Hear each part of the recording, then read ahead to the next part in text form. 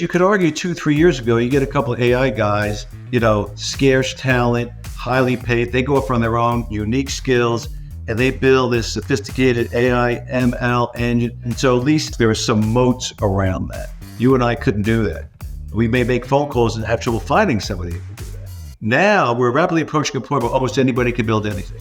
So that becomes less of a differentiator, okay? And I know the builders will want to corner me at the next gathering, and I get that there's sophisticated stuff, but it's hard to argue that the barriers to entry on building in the world of Gen AI, those speed bumps are flattening more and more every day. So now, even more so.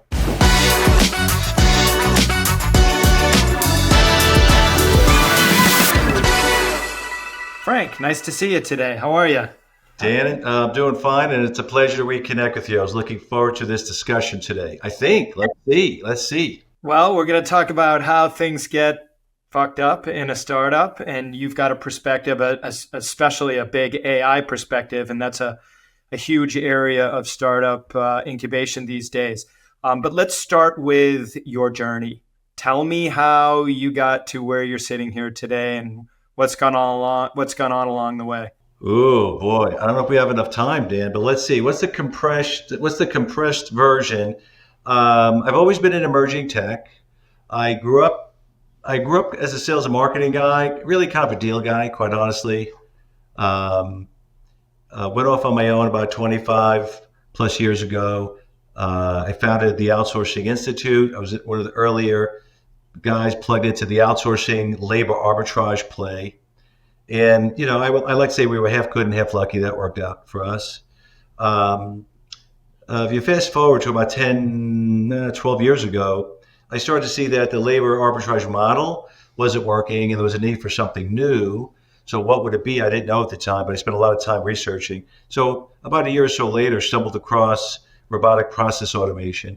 And I didn't look at it really, my intent was less of, let's find some cool tech. My intent Dan, was to see if we could find something that may solve the problem for the fact that labor arbitrage model didn't work anymore. Like so alternatives to traditional labor or something that would juice up the ROI. So when I stumbled across robotic process automation, or RPA as people know it, I sensed that was the beginning of something that may play a part in it. And so that's what pulled me into the process automation and then intelligent automation and AI play. So I really came here from roots of onshore, offshore, and then ultimately, no shore, if you will, i.e. software that does the work. It's quite a journey. So you've probably seen a lot, especially as an entrepreneur. And since we focus on how things get a little tangled up during the days of building a company, I'd love to hear any war stories of dysfunction and struggle along the way. And then we can dig into some of those of why did those things happen? Oh my goodness, there's so many answers, as you know. Listen, I've been involved in a few startups. I'm a founder or co-founder in a few early stage Gen AI startups, and I like to think, Dan, guys like you and I, we at least know a little better now than we did 5 years ago or 10 years ago, but it's still challenging, as you know. But I think there's a lot of people suffering from self-inflicted wounds out there. And so I'll start with something that I mentioned in a conversation literally just weeks ago, although I've been thinking about it for a long time. And that is when I initially would think of the difference between an artist and a business person. An artist has an idea and they like it, whatever it is, a painting, a poem, whatever it may be, a novel, and they're focused on their idea and expression of their idea. And then if they're lucky, they complete it. If they're fortunate, and they put it out there. And sometimes it works and sometimes it doesn't, but it has almost nothing to do with what the public wants. I would argue that 99% of the art that's created, back even to classical music and before that, was created because that artist felt something, felt good about it, was passionate, and wanted to express it. Now, let's juxtapose that next to, if you go textbook, a business person or a founder ideally looks to solve a problem, and they're more focused on what the market needs. And then they would back into, okay, maybe there's a way we could solve that problem with a service, a product, or a service. So that's the difference, right? So my initial thinking for many years was that business person is focused on the market, and artist is focused more on what they're passionate about. And here's the conclusion I've come to after 20 years. There's actually no difference between an artist and most founders. Most founders have an idea, they're in love with it. Eventually, they'll ask somebody if they care. They're going to build it, they're going to invest money in it, they're going to talk people into joining them if they don't have any money, or they're going to hire some if they do have some, or friends or family or whatever. And they're going to go out there, and a year, two, three later, they're going to find out what's going on. So that's one of the major issues. Is it's not an outside in. They're just not focused. I've just seen this time and time again. Have you validated this? Have you talked to anybody? Have you hired a marketing person? Is there a salesperson in the building? Is it all that, we don't need any of that. We have this great idea. And once we get out there, it's going to be awesome. So I think one of the more common, from my experience, Dan, one of the more common mistakes that is made is that most of the startups I see out there are driven more by a passion of an idea that somebody has that has not been validated. Brings me to two thoughts, and I love your answer. In fact, so much so, and we're so aligned that I've got a post that I wrote recently on LinkedIn, probably a couple of years ago now, about, is your baby ugly? Something about that.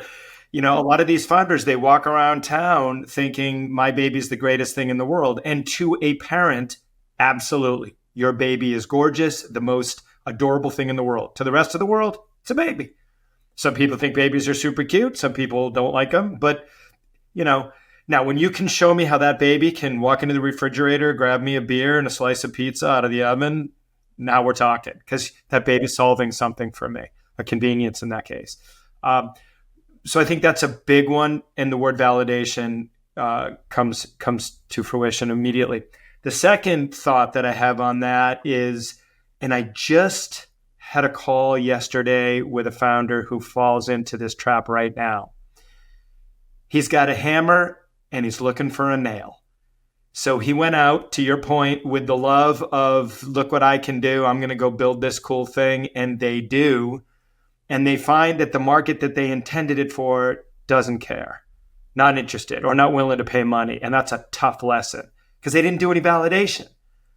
Now they've got this great tech that they spent a whole lot of time and effort and potentially, hopefully not money to build. And they're looking for a nail, somebody that's going to accept it in some other market for some other solution. So I see that a lot. Pretty crazy. I want to jump into AI because that's your world.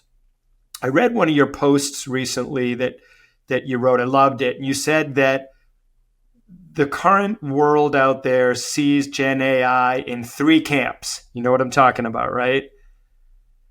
Describe the camps and tell me what you think. And you're a self-proclaimed futurist.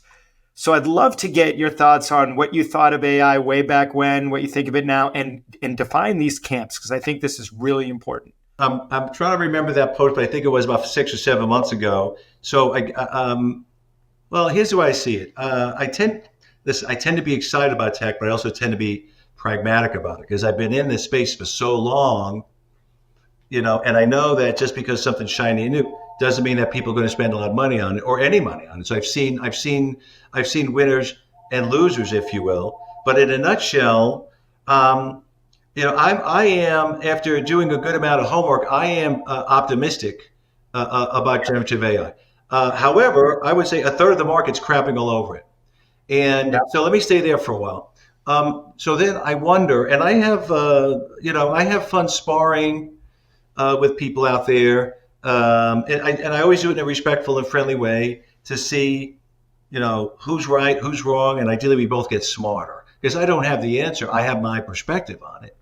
And I think I've been right more than wrong as far as predicting the near future.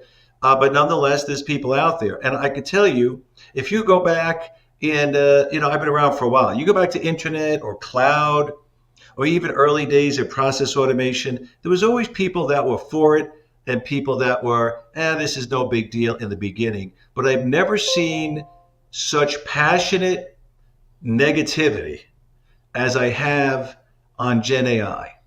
And I have a theory. My theory is it is so good, so powerful, so inexpensive, requires such little expertise that I think it threatens the current power infrastructure. Because so now, as people see this, they're going to roll their eyes when they see when you put this out there, and I share it with my network. I'm going to make a few more enemies, maybe a few more friends. Hopefully, it's even. But I think that's it. I really think that's it because once if you were to knock on the door and walk into a lawyer's office and you say, "Hey, we don't need all this law stuff. We don't need all these contracts, and what's the big deal about the constant?" If you went down that list, I mean, they would be offended. They would see this as a different type of disruption. They would see this as a threat. And I think that this is a threat because I think that the importance, well, let me say it differently. Let me be careful with my words. I think the black box begins to become a little translucent, and that complex intermediary between you and what you need, that report writer, that sales app, that research thing, that gap gets closer to you to the point where you may not need anybody to build it, and you will not need anybody to build it. You'll be able to do it yourself. So I think this is truly disintermediates a lot of very smart engineers and developers, and my sense is that they have a problem with that, and I get it. But as we get closer, and it becomes more apparent then how powerful and every additional use case is one a day. At some point, I think they have to capitulate. I see one at a time, but there's still many of them out there that are fighting the wave. I think that I'll agree. It's very common for ignorance to take over when fear or lack of understanding is in the mind. And I think that, look, it's very easy to not understand something and then just shit all over it. Absolutely, but But also that's think ignorant. if you want, listen, what we're talking about here is maybe a silly analogy, but maybe it works. Is if you walk into a gallery and there's a couple of artists there, guys like you and I walk in, with a suit or something, and we say, "Oh no, we don't need you guys. We got paint by numbers here." They're going to be like, they're throwing us out on our ass. They don't want to hear that, and they're going to say, "No, this." And I get their side of the argument. But if we say, you know what, 80% of the stuff we need is, we don't need fine art. If we need fine art, we'll come and see you guys. So your first camp, as you mentioned, was people that love it. You love it. I love it. We agree with it. We understand it. It's valuable. Camp 2 are those that see that this is an Armageddon. And I think that's part of ignorance, like I said before. But then also there's those that think it's just bullshit. It's just the latest scam. It's some, bullshit. Differentiate Camp 2 and Camp 3 for me, in your opinion. Well, so I'm trying to think now. I think I had Sleepless, Clueless. I forgot. It was like all the elves in Disney. So Sleepless are the people that are. Let me do easy. Clueless is just that it's a shrinking group, but there's still a lot of people that, hey, I heard of this Gen AI stuff. What is it all about, right? So last night I was at a fundraiser for a friend who got honored. And, a handful of people came up to me, people outside the tech space, lawyers, some guy that owned, one of the largest construction companies in the country, very successful guy, smart guy, just doesn't know much about this. What's the big deal? What does it do? Right? A couple of big nonprofit executives there asking, what is it? How real is it? Where can they start? So those are people that are still learning. They're not in it every day like you and I. So that's the kind of the clueless part. It sounds kind of, I don't mean it that way, but they don't know enough to know. But again, that group is shrinking. The sleepless are people that are just worried. I would say partially justifiably so. I'm a conflicted futurist. Not that I refer to myself as a conflicted futurist for a couple of reasons, and I'm happy to talk about that in a moment. But my feeling is there's good news and bad news here. So there's a double-edged sword. It's going to do a lot of good. It's going to disrupt a lot. It's going to blow some things up. My only point is, I'm not naive to that, but my feeling is that if I have a choice of sitting back and just see what happens organically and naturally. That's not the way I grew up. I grew up, there's a problem down the block. It's coming this way. I'm going down the block. I'm not waiting for it to knock on my door. So my advice to anybody who will listen is, yes, it's a double-edged sword. So understand it, get out there, go on offense, have a little defense, be ready, but go on offense and see what you could do for you and your business and your family to benefit from the upside. And that's what I share with people. But the media, of course, just the way the media is, traditional media, mainstream media and social media, they definitely grab hold onto the Armageddon story. And that's all you hear. So anything negative is, shared a million times. Something positive is immediately assigned a hype. I'll simplify this.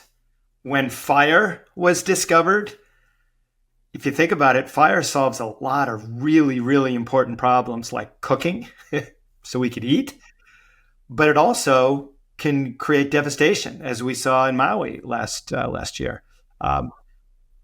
AI has been equated to the wheel and fire and electricity and some other huge discoveries.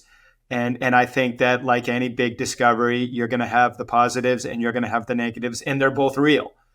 So maybe these Armageddon thinkers are the glass is half empty type. That's just how they think. And there'll always be those people out there. And then there's the people that think, the whole thing is just a scam. But again, that goes back to ignorance. So now I'm going to take this AI. Here we are. It's real. It's happening. It's dangerous. It's opportunistic. And there's people out there that think it's BS. This is about startups, this conversation, this podcast, and this is about how do things get messed up. And so let's start with AI startups. You see them all the time. In fact, I saw you last week at a tech startup event. We were on a rooftop, and there's Frank. And I'm like, hey, Frank, good to see you, man. And you had dozens of people around you wanting to talk to you. And I know that a lot of them, because I spoke to them, I was at the same event, like I said, they're AI people.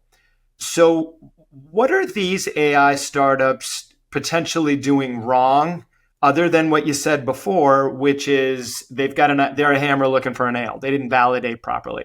But what are the questions that you're getting? What are you seeing right now in these early stages? And there's thousands of them out there. And I love them because they're our future. Not all of them are going to make it. Most of them aren't. But I'm just curious, your perspective. What goes wrong and why? So, listen, the evening I saw you at that rooftop, I had the good fortune of being with the winners of the Women in AI Award, which was a global program that I produced, and we had the winners there. These women were awesome. So that's an example of doing a lot of things right. And listen, I have a lot of experience with this. I'm very confident, but I was humbled being in the company of these women that came from as nearby. I'm based in New York, as you know. They came by from as nearby as Boston and Atlanta, and as far away as Buenos Aires, Colombia, and London. So meeting them and seeing what they're doing, very, very exciting. But let's talk about the other 99%. I'm careful not to oversimplify, but if I had to for this discussion, I see three boxes. Nope, I want to add a fourth. Fourth one is luck. Okay, so you got to be a little bit lucky. So first one is, can you build something good? Second one is, do you have a sales and marketing sense? And again, that's just how to sell, how to market, and that dialogue with the marketplace. Not build it and they will come. And the third one is a knowledge of the startup formula. If there's one thing I that was in common with the women that won the awards that night, they had all three. You just saw. If you switch conversations to like the formula, to going from an idea to an MVP to a first round, right out to exit, they already had the slideware in their mind. So if I think of those first three, let's put luck aside for a moment. We all need that, but build a kick-ass product, have a sales and marketing DNA, the sales and marketing IQ, and then understand what it's like to go from nothing to something in a startup, which is a crazy world, right? I would say the majority, probably 80, 90% of the startups have the first box, don't have the second, don't have the third. It's a bunch of smart engineers. They're building stuff, and you're going to figure the rest out. That's the And then problem. we're back to what you said before, which is if you build it, they will come. They don't know how to go to market with it. Go to market is a huge part of this, big part of this. Yeah, and by the way, if I may, Dan, if I may also, what I would say is where that becomes more and more dangerous now is you could argue 2-3 years ago, you get a couple of AI guys, former, Watson guys or whatever, scarce talent, highly paid. They go off on their own unique skills and they build this sophisticated AI ML engine. And so at least in that first box, there are some moats around that. You and I couldn't do that. We may make phone calls and have trouble finding somebody who could do that. Now we're rapidly approaching a point where almost anybody can build anything. So that first box becomes less of a differentiator. Okay, and I know the builders will, want to corner me at the next gathering, and I get that there's sophisticated stuff, but it's hard to argue that the barriers to entry on building in the world of Gen AI, those speed bumps are flattening more and more every day. So now, even more so, if you say, hey, I got this idea, HR app, blah, blah, blah, call center this, or human resources that, and it's pretty cool, we could pick up a phone and find 3 other people that could build it. Likely. So now it makes it even more important to say, who's your sales guy? Who's your marketing guy? Well, I just spoke to somebody 2-3 weeks ago. They spent $300 or $400 of their own money building the product. They haven't spent a penny on sales and marketing. And they're not sure if they need that yet. So they spent the last year, they might have refinanced their house or something. I don't know. But, and are you going to bring in these people at some unforeseen point in the future? And then what are you going to do then? And say, hey, take a look at this thing. Are we close? You got to have it from day one. Have your mini little SWAT team. And maybe it's 2 people, maybe it's 3, maybe it's 5. Who's the point person I'm building? Who's the sales and marketing point person? And then who knows their way around startups? They don't all have to be key employees. They don't all have to be partners, Dan. They could have a core team and then surround themselves with an advisory team, guys like you and I, right? Fractionalize, whatever. There's ways you could bootstrap it, but you have to understand and respect the need for that expertise day one. What are you going to charge for it, right? What's your price? I've seen companies win or lose based on pricing strategy. Futurist in you. Answer this question for me, if you would, Frank. You've got all kinds of founders starting AI companies, and I think that the big guys, the Googles, the Metas, they're all at it. They've been doing it for a long time. They've got thousands of the world's finest engineers, and they're in there right now as we speak, building the most crazy shit you could ever imagine. Some of it's starting to come out slowly, but there will be a time in the future when they gobble up everything and everybody. What's it going to look like? How far are we away from that? And what do you do as a founder to avoid being thrown away because you're obsolete? No, great. Well, let me start with the last part, because I've been troubled by this for the past year. Because as I see the barriers to entry kind of going away, anybody can build anything. And then you got just the land of the giants just throwing $1 trillion at things. I got to the point about 8 or 9 months ago that I felt that every single tech startup is threatened. Every single one. So then I said, so what do? You just get out of the game or just go get a job? Heaven forbid, Dan. So whatever. So I struggle with that because I wanted to, for myself and in future discussions, I do my best to surround myself with people a lot smarter than I am, and I benefit from that. And I'll give you an example. Let's say you and I have something built, and here it is. We're out in the marketplace. It's number one. So we're good. We're lucky. All sorts of good things are happening. Next thing you know, there's 2 competitors. Next thing you know, there's 22 competitors. Now it's a commodity. Now it's just, race to the bottom. Next thing you know, Google comes in, acquires one of them, and gives it away for free. You can't beat free, Dan. No, because they just want the data. They don't Yep. care. Especially when you have the name Google behind it. You can't beat that. Free and Google. Google's been buying companies and giving their stuff away for free almost since the Yep. beginning. But here's what I've come to. I've come to the conclusion that it's a different model. It's a very different model, which means everybody, including the VCs, have to rethink the whole game. I believe we're rapidly moving toward a point of where will be creating disposable ventures. Okay, you and I are at a bar in Manhattan. We're having a drink. You have an idea. I say, let's do it. And you say, you know what? This thing is gonna be good for 2 or 3 years. Let's split 10 million. We're out. Fine. Works in Hollywood. It's called a film production studio. That's the model, right? Bell curve. You build it up, and then. But the concept of delayed gratification, where you and I are on like a third of our salary with some make believe promise of points, and keep on that wheel, for a angel seed, a round, and hoping in 6 7 years something's going to play out.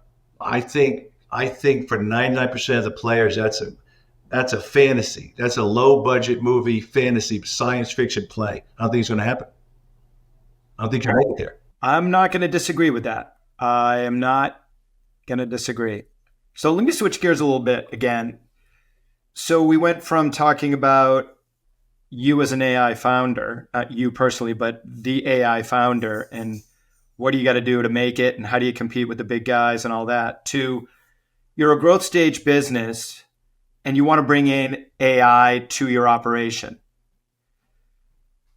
I'm thinking right now about, and I do this a lot, I come in and I build the go-to-market operations of these companies. I would immediately hire, of course, based on budget, I would hire a business operations person, which is really an AI person.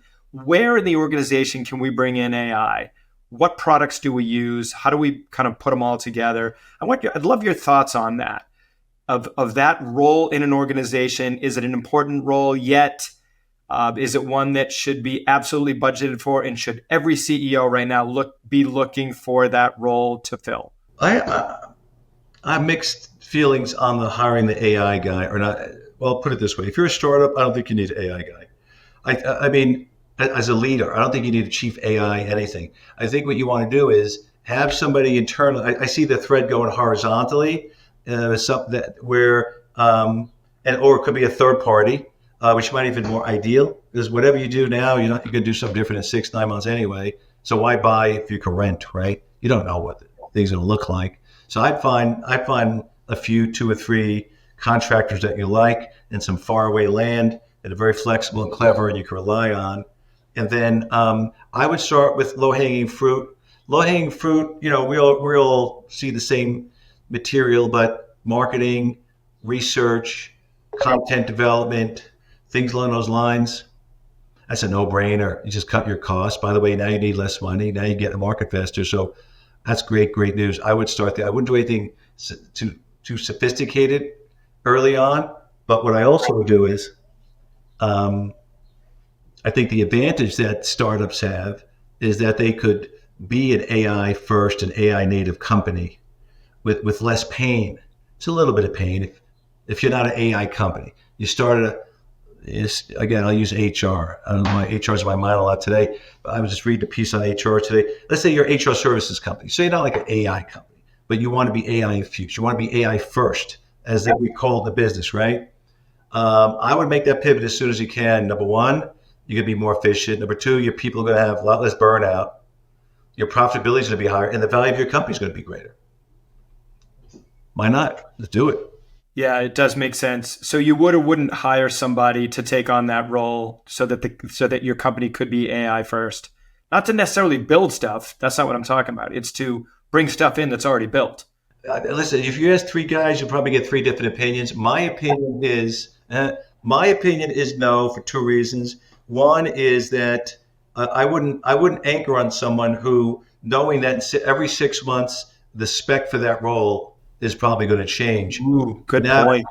You're hiring Frank, and now in 6 months you're like, well, I really want a guy like Dan. Oh, geez, you're killing me. What did I do wrong, right? Then after that, you maybe want Frank back again, or you want Susan. So I think knowing it needs going to be fluid, I wouldn't buy. I'd rent, so to speak. The other thing is, I think you hurt. I think you I think you take away from one of the key benefits of generative AI is that it is very much decentralized. So why centralize it? Then you're going back to the old IT world. You know what I'm saying? Let sales guys give them, you have a policy and some rules, but right, you guys use some stuff. You got to use some sales stuff. You over there use some marketing stuff, right? Whatever you could do there in finance, whatever, you know. And there is some COO, maybe your COO gets trained and becomes AI savvy, so you keep an eye on things, so people don't go off a cliff on things. But I think at that point, I think at that point you're well on your way. Yeah. I'm starting to see the AI sold here, metaphorically speaking, message on every storefront window now. Again, metaphorically speaking. I've been selling shiny new objects since I was in my early 20s, and I love selling the shiny new object. But when the shiny new object becomes super popular and everybody's all over it, it becomes hard to differentiate yourself. What do you think are the most critical ingredients to look for when you're a business person in today's marketplace shopping for AI so that you can do various things? And then I want to talk to you, don't let me forget about your call center of the future white paper that you just wrote. But yeah, answer the first question. AI sold here everywhere. What do you look for? How do you determine who's fake and bullshit versus those that are really legit? Well, listen. So about a year and a half ago, I'm at a store and I grab a paper. I was looking for the journal. I was traveling. I went to grab it. I go to the counter, and at the counter they have all the the candies and all the snack foods, and I see gluten free. No, it says M&Ms gluten free. I go, now M&Ms are gluten free. It's like everything's gluten free now. Maybe they were always gluten free. I can almost do a stand up comedy routine. So to me, the AI thing is like the gluten free thing, right? Like now everything is gluten free now, and now everything is AI. So I just remember seeing those gluten free M&Ms. So the first thing I would do is I'd have a BS detector on my team or my third party guy to sniff it out. And the first thing I'd look for are these guys BSing me, because if they are, then I'm not doing business with them. Because it's one thing saying, hey, why do you want to do business with someone that's BSing you at all in anything? So I'm looking for people that are authentic and are honorable and are truthful before I get in bed with them. That's number one. Number two is if they say they have it, and maybe they're legit, right? But where are they using it? And what is it? Where are they using it, right? So you get your BS detector in the room, and then let's say you have your AI guy and you have your business guy in there. From a business standpoint, it's like, why do I care? Because I'll tell you this, Dan, I don't think I'm redirecting. I think this applies.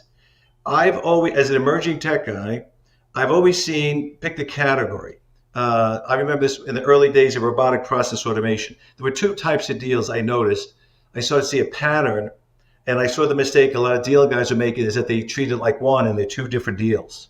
And the key is to determine early on. There were RPA-led deals and the RPA-fueled deals. RPA-led deal is a bunch of key guys in the company like RPA everything, yeah, gluten-free M&Ms, and they're doing all stuff. And you come in, you say, we're going to tell you about RPA and what we have. And they're like, yay, Frank, you're awesome. Because that's what they care. And then you back into the offering, you back into the use case and the benefits, et cetera. But you lead with what they care about. They got signs everywhere. RPA led, not to be confused with RPA fueled. So you meet some managing director at Citibank and who's chasing a deadline, has a budget and has some issue with a regulator, whatever. And I've been in these meetings. And you say RPA, blah, blah, blah. They go, Frank, I don't care jack shit about RPA. Maybe you misunderstood this meeting, right? I have a problem. Let me tell you my problem. So those are more RPA fuel. So you start with, in those cases, you start with their problem. First couple slides look different. Conversation is different. Guys you bring to that meeting are different. Oh, global funds transfer, regulators, et cetera. Regulation issues, whatever it is. You start there and then you say, and by the way, we're going to have two of these guys and two of these. And by the way, we're also going to juice this up with RPA. And here's why. Better, faster, cheaper, right? Greater analytics, digital. Okay, right? It's a little bit of an intel and side play. I see the same with AI. So whether I'm buying or selling, The key is, which of those types of discussions are we having, Dan? Is it an AI-led deal? Is everybody jumping up and down about AI? Which I would recommend to every business leader to not have that discussion. Have have more of an AI fuel discussion. Here's your strategy. Technology is a how. It's not a what. It's a how. You got it. The question is, what's your what? This I've been talking about for over a decade. What's your what? So, and then you get the tech is the how. Yeah, I think what comes to mind is Intel Inside. You weren't selling Intel, you were selling a laptop or a computer. And well, a laptop is a computer, but you know what I mean. But it was Intel Inside, which made it better. So that's what you mean by AI fueled. So if you're solving a problem, you're not selling somebody AI, you're selling somebody a solution to the problem fueled by AI.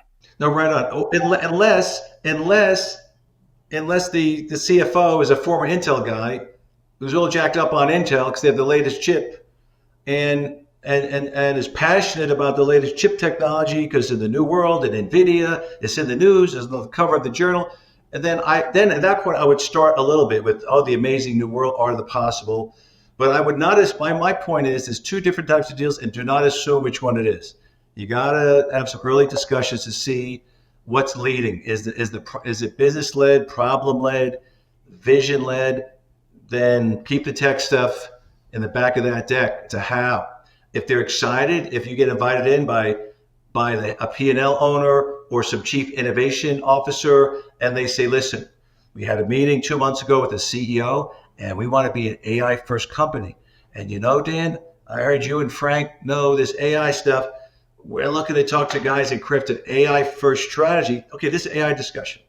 Okay, and then from there, it's going to be the opposite. We're going to back it into, okay, how's it going to help top line, bottom line, valuation, efficiencies, customer sat, employee experience, and we go backwards. Does that make sense?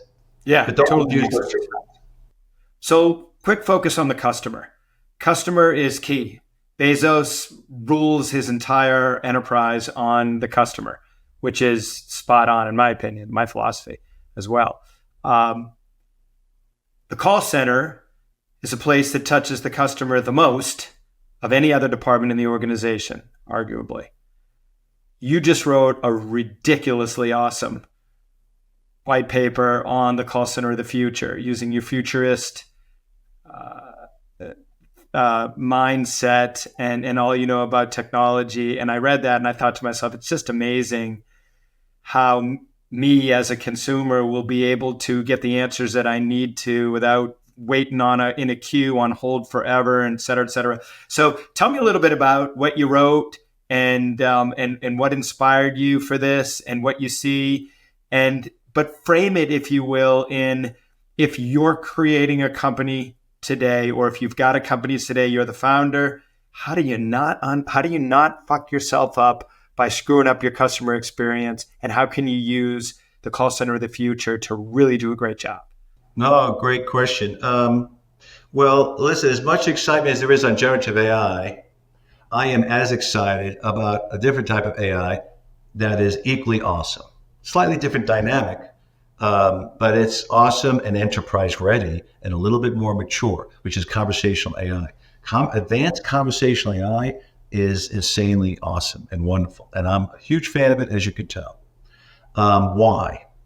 Because as we're close to a lifelong entrepreneur, I have all these symptoms, ADD, OCD, and all the other acronyms. I have all that. So what does that mean? If I'm on a call waiting on hold, I'm losing it.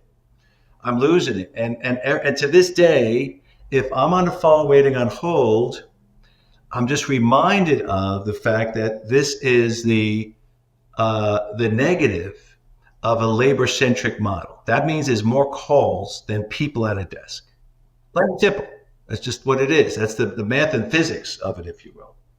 And it's more frustrating knowing that it can be solved today, with conversational AI in 70, 80% of the cases. You can go end to end with no human in the loop, a human like. Now, for people that are listening and say, hey, Frank, you're an older guy, you should go to the website and do that. Okay. And a lot of that differs by, maybe under over 40, under over 30, if you will. But I have found that right now we have two solutions, and both of them are weak. One is go on your laptop and click around and see how good or horrible the user experience is to find the right button to get what you want to get. More often than not, that is disappointing for different reasons. Or you say, you know what, I have a unique problem. I have to interact with somebody. It's my health insurance, and I got a problem and I want to interact. Then you get on the phone and then you're waiting on hold forever with some lame ass music to get to a person who's asking you 20 questions. You're on the phone, you're calling for answers and you're getting questions. So number one, not good. Then you finally get through that barricade only to find out they can't help you. Then you go to someone else on hold, more questions. Apparently the first guy didn't speak to the second guy, right? So just all that stuff, it's horrible. So as consumers, I feel it every day when I'm every making day. phone So calls like that. we can't say we would have, the average person can't say they have frustration with cloud. Average person 20 years ago thought a cloud was where rain came from, right? You can't say you are frustrated with big data, cybersecurity, maybe a little bit if you have, too much complexity of signing on to something. But when it comes to anything that's conversational, interactive, it's really being on hold and being passed around and delays and all that is horrible and it's fixable. So you have conversational AI, which I've had the good fortune of working several deals with over the past 3 years, which is, by the way, not chatbots, not chatbots. Conversational AI is not chatbot. It's the fix. Chatbot is simple, dumb, rigid, and breaks a lot. You teach it 5 questions. If you ask it a 6th question, you're off and holding it. Conversational AI is very human-like. It's smart. It's interactive. It's adaptive. It learns. It's beautiful. So where we are today is we have 2 options: jump on your laptop and do that website thing, or go on hold and do that torturous thing. What's becoming available now, Dan, is a third option. It's a digital human. Okay, I supposedly coined a term about 12 years ago called digital labor, and we're just about there now. So if you have a digital human, you have the best of all worlds. It's human-like, has a voice if you want to talk. It could text you back and forth if you want. So it's interactive and conversational, like you would be. However, it's on all the time, just like the website is.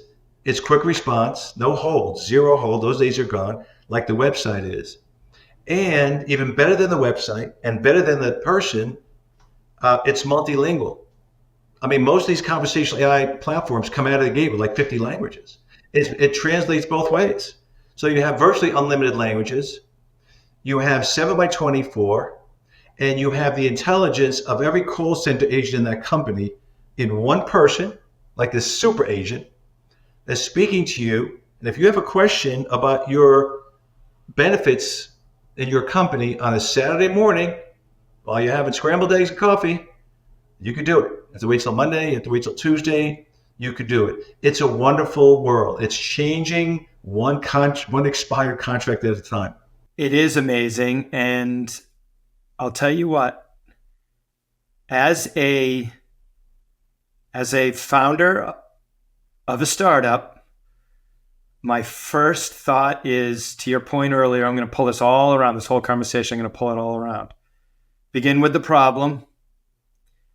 Make sure that you validate that there's a market that wants your problem, that wants that problem solved and is willing to pay for it.